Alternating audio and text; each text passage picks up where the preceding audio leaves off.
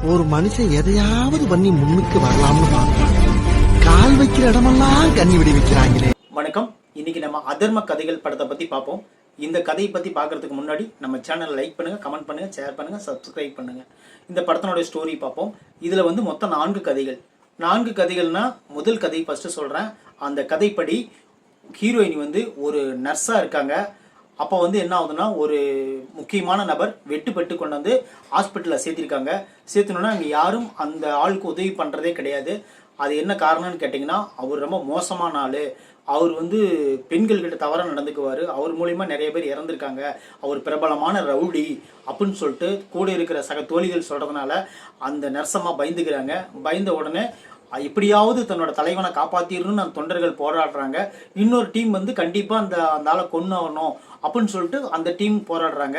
இதற்கிடையில் அவர் கடைசியில் அந்த இறந்தாரா, அந்த நர்ஸும் அந்த டாக்டரும் அவரை காப்பாற்றினாங்களா அப்படிங்கிறது தான் இந்த படத்தினோட ஸ்டோரி. இந்த படம் ஒரு 25-30 நிமிஷத்துக்குள்ளேயே முடிஞ்சிருது. அவ்வளோ நேரம் கூட கிடையாது, 25 நிமிஷத்துலேயே இந்த படம் முடிஞ்சிருது. இதுதான் முதல் ஸ்டோரி. ரெண்டாவது ஸ்டோரி சொல்கிறேன். ரெண்டாவது ஸ்டோரி என்னன்னு கேட்டிங்கன்னா, அந்த ஸ்டோரியில் நம்ம வெற்றி, சாக்ஷி அகர்வால் இவங்கெல்லாம் நடிச்சுக்கிறாங்க. இந்த படத்தினோட ஸ்டோரி என்னன்னு பார்த்தீங்கன்னா, இவர் ஒரு கணவன், ஒரு மனைவி, ஒரு குழந்தை சந்தோஷமான லைஃப்பை லீட் பண்ணிட்டு இருக்கிறாங்க. இப்போ என்ன ஆகுதுன்னா, அந்த லீட் பண்ணிட்டு இருக்கிற லைஃப்பில் ரொம்ப சந்தோஷமாக பெற்றோர்கள் எதிர்ப்பை மீறி கல்யாணம் பண்ணிட்டு லைஃப்பை லீட் பண்ணிட்டு இருக்கிறாங்க. அப்படி போயிட்டு இருக்கிற நேரத்தில் இவர் என்ன ஆகிறாருன்னா, ஒரு ரம்மி அப்படிங்கிற ஒரு ஆப்புக்கு இவர் அடிக்ட் ஆயிடுறாரு. அடிக்ட் ஆனவுடனே அந்த ரம்மியினுடைய எஃபெக்ட் என்ன ஆகுதுன்னு பார்த்தீங்கன்னா, ஃபஸ்ட்டு ஆரம்பத்தில் ஜெயிக்கிறாரு. ஜெயிச்சு அந்த குடும்பத்துக்கு எல்லா தேவைகளையும் பூர்த்தி பண்ணுறாரு. நகை வாங்கி கொடுக்குறாரு, ட்ரெஸ்ஸு வாங்கி கொடுக்குறாரு. ரொம்ப சந்தோஷமாக லைஃப்பை லீட் பண்ணிட்டு இருக்காங்க. அப்போ என்ன ஆகுதுன்னா, ஒரு டைம் தோக்குறாரு. தோத்தோடனே மறுபடியும் என்ன பண்ணுறாருன்னா, தோத்துக்கிட்டே இருக்காரு. தோத்துக்கிட்டே இருக்கும்போது பக்கத்தில் கடன் வாங்கி தோக்குறாரு. ரெண்டாவது வீட்டில் மனைவியோட நகைகளை அடமானம் வச்சு தோக்குறாரு. கடைசியில் நடுத்தெருவுக்கு வராரு. வந்த உடனே மனைவிக்கு தெரியாமல் ஒரு குழந்தைய கிட்னாப் பண்ணி வீட்டில் வச்சுக்கின்னு அந்த குழந்தையோட அப்பா கிட்ட 10 லட்ச ரூபா பணம் கேட்குறாரு. அது மனைவிக்கு தெரிஞ்ச உடனே மனைவிக்கும் அவருக்கும் நடந்த வாக்குவாதத்தில் கீழே தள்ளிவிட்டு மனைவியை கொண்டுடுறாரு. இதுக்கப்புறம் என்னாச்சு அப்படிங்கிறது தான் இந்த படத்தினுடைய ஸ்டோரி. இது மிகப்பெரிய ஒரு உண்மை சம்பவத்தை அடிப்படையாக வச்ச ஸ்டோரி தான் இது. ஏன்னா ரம்மி சர்க்கிளால் இப்போ எத்தனை குடும்பங்கள் அழிஞ்சிட்டு இருக்குன்னு சொல்லி உங்களுக்கு தெரியும். ஏன்னா அதிகமாக நம்ம பேப்பரில் பார்க்குறது இந்த ஆன்லைன் கேமில் எல்லாம் எப்படி சாவுறாங்க அப்படிங்கிறது தான் அதிகமாக பார்க்குறாங்க. ஆக்சிடெண்ட்டு, கொலைக்கு அப்புறமா இதுதான் நடக்குது அதிகமாக. அதனால் நம்ம உஷாராக இருக்கணும், நம்ம ஒரு விளையாட்டுக்கு அடிமை ஆயிடக்கூடாது அப்படிங்கிறதுக்கோசரம் இந்த படத்தை எடுத்திருக்காங்க. இது ரொம்ப இம்பார்ட்டண்ட்டான சீன்ஸு. இன்னொரு விஷயம் என்னென்னு கேட்டிங்கன்னா, இதில் கொஞ்சம் லாஜிக் பார்க்க தேவையில்ல. ஏன்னா படம் அந்த மாதிரி தான் இருக்குது. இன்னொரு முக்கியமான விஷயம் என்னென்னு கேட்டிங்கன்னா, இந்த படம் நல்லா நீட்டாகவே ப்ரொடக்ட் பண்ணிக்கிறாங்க. அந்தளவுக்கு நல்லா இருக்குது. அப்புறம் நம்ம 3வது கதையை பார்ப்போம். 3வது கதை பூ ராமு அப்படின்னு சொல்லி உங்களுக்கு தெரியும். அவர் யாருன்னு. அவர் ஒரு வயதான பெரியவர். அப்போ இப்போ என்ன ஆகுதுன்னா, அவர் பீச்சில் வேலை செய்கிறாரு. என்ன வேலை செய்கிறாருன்னு பார்த்தீங்கன்னா, அதாவது பலூன் ஷூட்டர் இருக்காங்களே, பலூன் ஷூட் கேம் பண்ணுறாங்களே, பலூன்லாம் வச்சுட்டு அதை ஷூட் பண்ணி அது கரெக்டாக ஷூட் பண்ணாங்கன்னா அவங்களுக்கு காசு தருவாங்க. ரெண்டாவது அது சுடுறதுக்கு 10 ரூபா 20 ரூபா அந்த மாதிரி ரேட் பண்ணி வாங்குவாங்க. அந்த வேலை செஞ்சிட்ருக்காரு. அப்போ என்ன ஆகுதுன்னா, 3 பேர் கொண்ட ஒரு கும்பல் என்ன பண்ணுறாங்கன்னா, தண்ணி அடிச்சுட்டு ரொம்ப பெண்கள்கிட்டையும் ஆளுங்கள்கிட்டையும் குழந்தைகள்கிட்டையும் ரொம்ப கலாட்டா பண்ணி ரொம்ப கீழ்த்தரமான செயல்கள் செய்கிறாங்க போதையில். இதை பூ ராமு அவர்கள் தட்டி கேட்குறாரு. அவங்க கேட்குறதே கிடையாது. என்ன பண்ணுறாருன்னா, அந்த பொம்மையான துப்பாக்கியில் உண்மையான துப்பாக்கி செஞ்சு அந்த 3 பேர்த்தையும் பழி தீக்கிறாரு. போலீஸ் அதை கண்டுபிடிச்சாங்களா அப்படிங்கிறது தான் இந்த படத்தினுடைய ஸ்டோரி. இது சூப்பராக ஒரு அமேசிங்கான ஸ்டோரி. அவர் பூ ராமனோட அவர் ஒரு சீனியர் ஆக்டரு. அவருடைய நடிப்பு உங்களுக்கு எல்லாத்துக்கும் தெரிஞ்சிருக்கும். அவர் அவ்வளோ பிரமாதமாக அதில் பண்ணியிருக்காரு.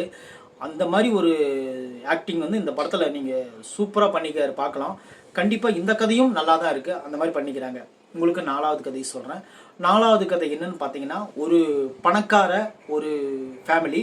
அந்த ஃபேமிலி கணவன் மனைவி 2 பேர். அவர் நகைக்கடை அதிபராக இருக்கிறாரு. அவர் என்ன பண்ணுறாருன்னு பார்த்தீங்கன்னா, நகைக்கடை லீட் பண்ணிக்கிட்டு மனைவி இவரும் சந்தோஷமாக ரொம்ப போயிட்டு இருக்காங்க. அப்போ ஒரு 10 வருஷமாக இவங்களுக்கு குழந்தை கிடையாது.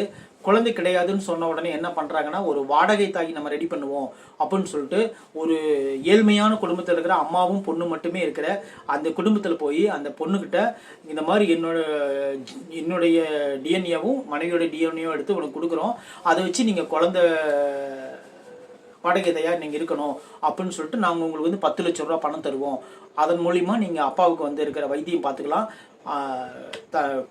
படிப்பு செலவு, ரெண்டாவது இன்னும் நிறைய குடும்ப பிரச்சனை தீர்த்துக்கலாம்னு சொல்கிறாங்க. சொன்னோன்னே இந்த அம்மா என்ன பண்ணுறாங்கன்னு பார்த்தீங்கன்னா, சரி ஓகே நான் அதை ஒத்துக்கிறேன்னு சொல்லிட்டு வறுமையின் சூழ்நிலையால் ஒத்துக்கிறாங்க. ஒத்துக்கிட்ட உடனே அவர் வந்து ப்ரெக்னென்ட் ஆயிடுறாங்க. ஆன உடனே காதலனும் அவர் ப்ரெக்னெண்ட்டாக இருக்கிறத பார்த்துட்டு அவனும் வெறுத்து போயிடுறாரு.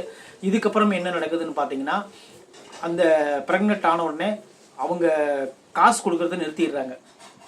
மாதம் ஒரு தொகை தந்துட்டு இருப்பாங்க, அந்த காசு கொடுக்கறத நிறுத்திடுறாங்க. நிறுத்தினோடனே அம்மாவுக்கும் மகளுக்கும் ரொம்ப சங்கடமாக போயிடும். என்ன இப்படி ஆயிடுச்சுன்னு சொல்லி கேட்குறாங்க. உடனே அவங்க வீட்டில் போய் அந்த அம்மாவை பார்க்குறாங்க. அதாவது அந்த பணக்காரன் வீட்டினோட மனைவியை போய் பார்க்குறாங்க. அவங்க வந்து என்ன சொல்கிறாங்கன்னு கேட்டிங்கன்னா, இந்த மாதிரி எனக்கும் அவருக்கும் மனஸ்தாபம் ஏற்பட்டு 2 பேரும் விவாகரத்து பண்ணிக்கிட்டோம், இனிமேல் அந்த குழந்தைக்கு எங்களுக்கு சம்மந்தம் கிடையாதுன்னு சொல்லிடுறாங்க. நீ வேணும்னா அவங்க நகைக்கடை அதிபரை போய் பாருங்கன்னு சொல்கிறாங்க. உடனே அவர்கிட்ட போய் கேட்கும்போது அவர் என்ன சொல்லிடுறாருன்னு கேட்டிங்கன்னா, நான் உங்களுக்கு சிறுக 4 லட்சம் ரூபாய்க்கு பக்கமாக கொடுத்துட்டேன், இனிமேல் என்னால் பணத்தை கொடுக்க முடியாது, இந்த குழந்தையும் எனக்கு தெரியாது, நீங்கள் ஏதோ ஒரு அனாத சுந்தரத்தையோ இல்லை குழந்தைகள் காப்பகத்திலேயோ சேர்த்திருங்க அப்படின்னு சொல்லிட்டு அவர் கை கழுவிடுறாரு.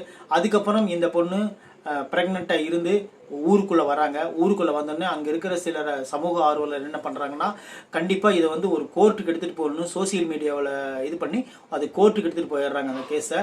அதுக்கப்புறம் கோர்ட்டுக்கு போனதுக்கப்புறம் அவர் பேர் ரொம்ப டேமேஜ் ஆகுது. ஆன உடனே அவர் என்ன பண்ணுறாருன்னா, மறுபடியும் வந்து நான் உங்களுக்கு பேசின அமௌண்ட்டுக்கு மேலே தரேன், கட்சிக்காங்க என்னுடைய கேஸை வாபஸ் வாங்கிருங்கன்னு சொல்லி அந்த நகைக்கடை அதிபர் கெஞ்சுறாரு. கெஞ்சினோடனே இவங்க ஒத்துக்கிறதே கிடையாது. அதுக்கப்புறமா என்ன பண்ணுறாங்கன்னு பார்த்தீங்கன்னா, அவர் வந்து ரொம்ப மனசு ஒழிஞ்சு போயிடுறாரு. நண்பர்களுக்குள்ளேயும் பிஸ்னஸ்குள்ளேயும் எல்லாமே மனசு ஒழிஞ்சு போய் என்ன பண்ணுறாருன்னா, ஒரு கூலிப்படையை ஏவி அந்த பொண்ணு கொலை பண்ணுறதுக்கு முடிவெடுக்கிறாரு. அப்போ தான் ஒரு ட்விஸ்ட் வைக்கிறாங்க டைரக்டர். அது என்னென்னு படத்தை பார்த்து நீங்கள் தெரிஞ்சுக்கோங்க. ஏன்னா இந்த 4 கதைகளும் மிக சிறப்பான கதைகளாக வந்திருக்கு. அதுக்கு காரணம் வந்து டைரக்டர் காமராஜ் வேல் தான். உண்மையிலே சிறப்பான கதைகளை தேர்ந்தெடுத்து எழுதியிருக்காரு. ஏன்னா இந்த பூ ராமு இருக்கிற படம் வந்து ரொம்ப நாளுக்கு முன்னாடி எடுத்திருக்க வேண்டிய படம்னு நினைக்கிறேன். இப்போ வந்து அதை ஆக்ட் பண்ணிக்கிறாங்க உள்ள. இன்னும் சொல்லப்போனால் இந்த படத்தினுடைய ஸ்டோரி அப்பப்போ சின்னதாக இருந்தாலும் கூட எல்லாமே ரசிக்கும்படியாக இருக்குது. பேக்ரவுண்ட் மியூசிக் நல்லா இருக்குது. ரெண்டாவது வந்து இந்த படத்தில் டூரேஷன் வந்து ரொம்ப ஷார்ட்டாக முடிச்சு 2 மணி நேரத்துக்குள்ளே 4 கதையும் சொல்லியிருக்கிறாங்க.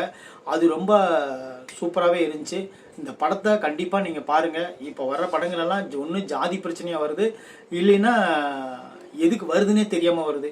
கண்டிப்பாக இந்த மாதிரி படங்களை நம்ம சப்போர்ட் பண்ணோம்னா இந்த மாதிரி டைரக்டரையும் இன்னும் ஒரு 4 படம் சேர்த்து நல்ல படமாக கொடுப்பாங்கன்னு நான் நம்புகிறோம். அதனால் இந்த விமர்சனம் பிடிச்சிருந்தா கண்டிப்பாக நீங்கள் லைக் பண்ணுங்கள், கமெண்ட் பண்ணுங்கள், ஷேர் பண்ணுங்கள். தேங்க்யூ.